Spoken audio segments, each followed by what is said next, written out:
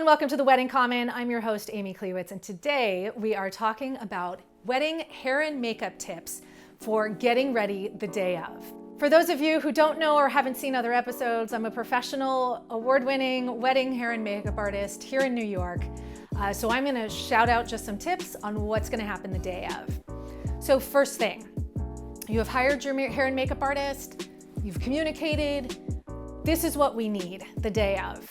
Hopefully you have worked out a schedule already on who's coming in and what time you need to start, but things you need to gather ahead of time. We need a high chair, so something higher for makeup, and a lower chair. Any normal chair that comes mid-back for hair.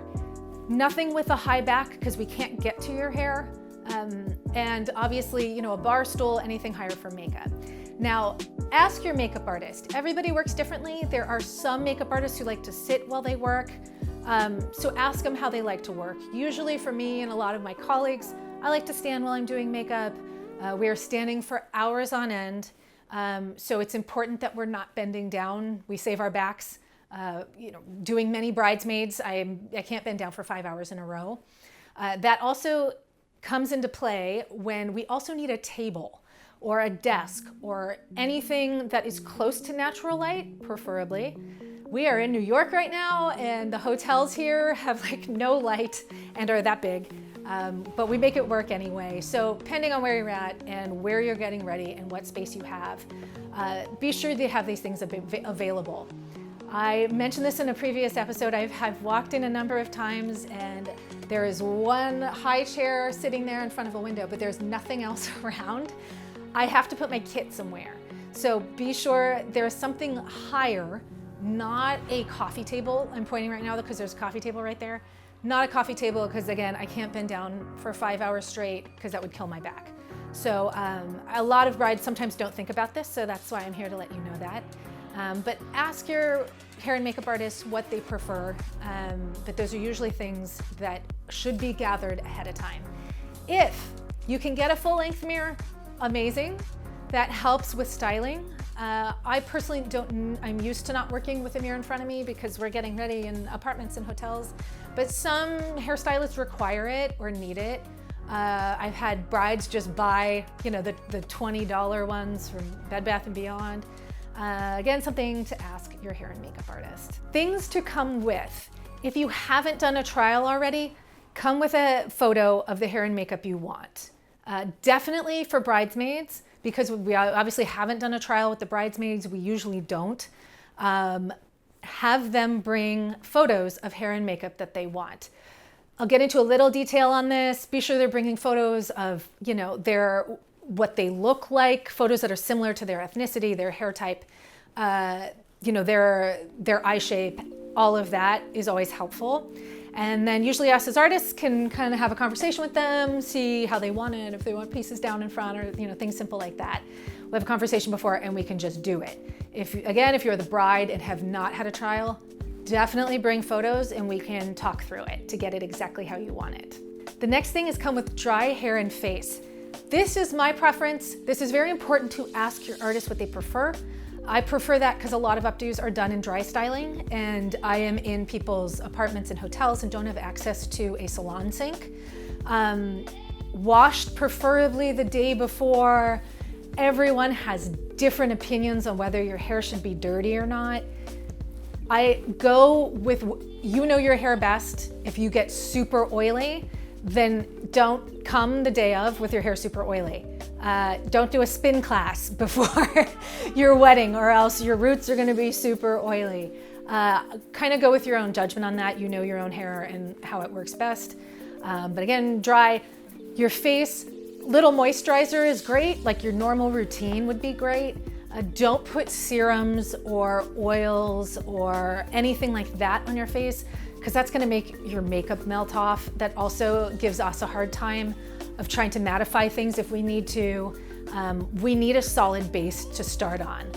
It's kind of like gessoing your canvas as a painter. We need to gesso that canvas first so we can, make you look beautiful.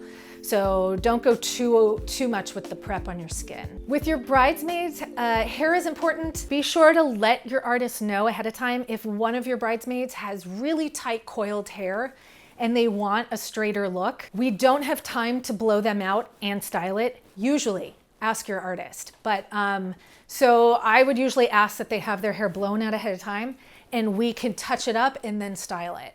Everyone is different, but be cognizant of any, bridesmaids, friends, family that maybe have different hair textures, hair types, because it might require a little more time. The next thing is wear a wide neck shirt, a button down, anything you can take off really easily so that it doesn't disturb the makeup when you take it off, or the hair. This is important for everyone, bridesmaids and especially the bride. I know it's become really popular to have the robes and get ready in the robes. Be sure you still have a button down or something on underneath the robe so that we don't mess up all the work we just did. Also, another quick tip is bring your lipstick. I prefer this, at least for the bridesmaids. I usually provide the lipstick for the bride. Everyone works differently, so that also might be something to ask your hair and makeup artist if they provide a touch-up kit.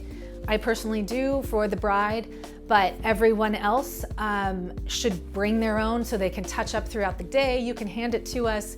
We can put it on you if you want. Everyone's got different policies with that, but that's always kind of a good thing to suggest. Also, you'll get the color you like if you do wear lipstick. We also obviously have a lot in our kits, and you can work off our kits. The next topic, and I covered this a little bit in the full episode of Hair and Makeup, is a month before, anything that needs to be done before the wedding, as of things like tanning, eyelash extensions, facials, waxing, should all be tried way before the wedding. Those are definitely things you do not want to wait till the last minute. I use the example, I had a bride one time who got her eyebrows waxed right before her wedding and they burned her, so I had to do a lot of color correcting and covering up. It just avoids any possibility of chaos and stress. Same things with lashes. If you've never done lash extensions before, getting them the week before your wedding is not a good idea. Try them because those need to be refilled. You need to get the right length. Be sure you're going to the right person. Same thing with tanning. Be sure you know the gauge. You've gone to those people before so you don't turn out orange the day of your wedding. Try these in the months leading up to your wedding if these are things you want. Facials are huge. Do not do a facial the week before your wedding. Facials are meant to bring out impurities. A lot of people break out after facials.